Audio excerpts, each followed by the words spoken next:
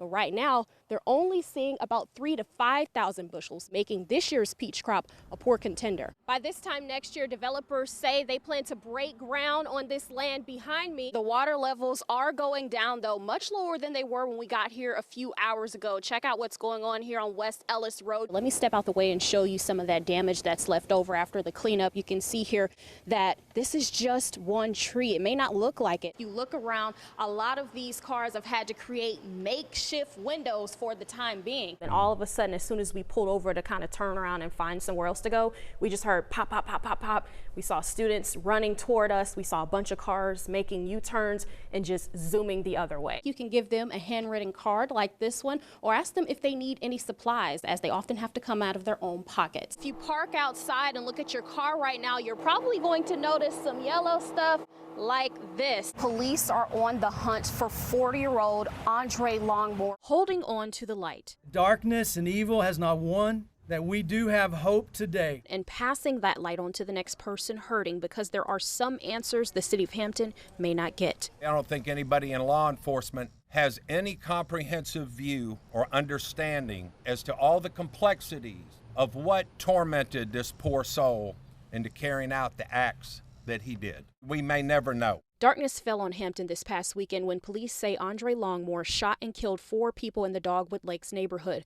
Longmore eventually died after a shootout with police the next day. City officials took time to shine a light on victims Steve Blizzard, Ron Jeffers, and Scott and Shirley Levitt. Hampton Police Chief James Turner highlighting the suspect's family too. The mother of the suspect is a victim as well. She has lost her son. One answer we do have is what happened in the beginning. Saturday morning, Forston Library staff had to jump into action. We had a member of the community who came into the library and stated to a staff member that she felt that her life was in danger. Henry County Library Director Kathy Palazzi says staff and everyone inside went on lockdown until police came. All the while, no one knew how connected they were to the horror going on outside. This tragedy has touched our library family twice. 2 of the victims were relatives of one of our employees. So Forston cut their lights off early so staff could support her. After the tears, hugs, and kind words, the sun finally set. And the city of Hampton held on to the little light that gives them hope. It looks dark now, but daylight will come. Just over a week from a mass shooting. A little shocked, a little hurt because, it just kind of caught me off guard, because I wasn't really expecting to wake up to that. Emotions high once again. Like Caleb Branch, the city manager says hundreds of other Hampton residents woke up to a little bag in their yard. Security footage caught the uninvited guests tossing them into driveways. I opened it up and, it had the racial kind of separatist kind of propaganda. The message of hate and division using the faces of the 4 victims in last week's deadly shooting. It was a little disheartening to see them use such a tragic event and such a sad thing, which, may not have been related to that sort of kind of motive behind what happened. And they weren't only found outside of homes around Hampton. Here along Main Street, business owners also found the hate-filled flyers. A couple of my employees, majority which are all in high school students, went outside and decided to pick up the rest once they saw what was actually on it.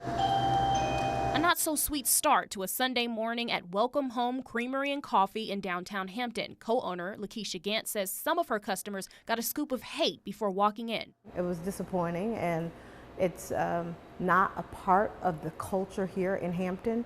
It's definitely not a representation. Since last weekend, the community has come together to support each other, and Gant says the Hampton she knows will not be torn apart. As a black woman, as a business owner, we will not stand for this racism, racist statements, the divide that these simple flyers would cause. Instead, the community tells me whoever did this isn't welcome. 4th of July parades are always packed with excitement. Pretty fun because we got all the candy. Especially for 10-year-old Antonio and his brother Jackson, but no one was having more fun.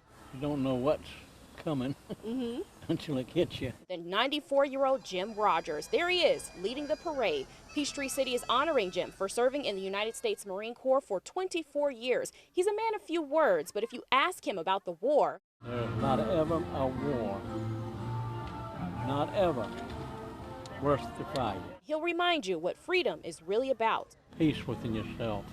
You might never have peace in the world, but you can have it in yourself. After all the fuss was over, I found out where Jim says he finds his peace. I was in the service 10 years. It's at home with his wife, Luann. I know. His service. The couple has been married since 1957.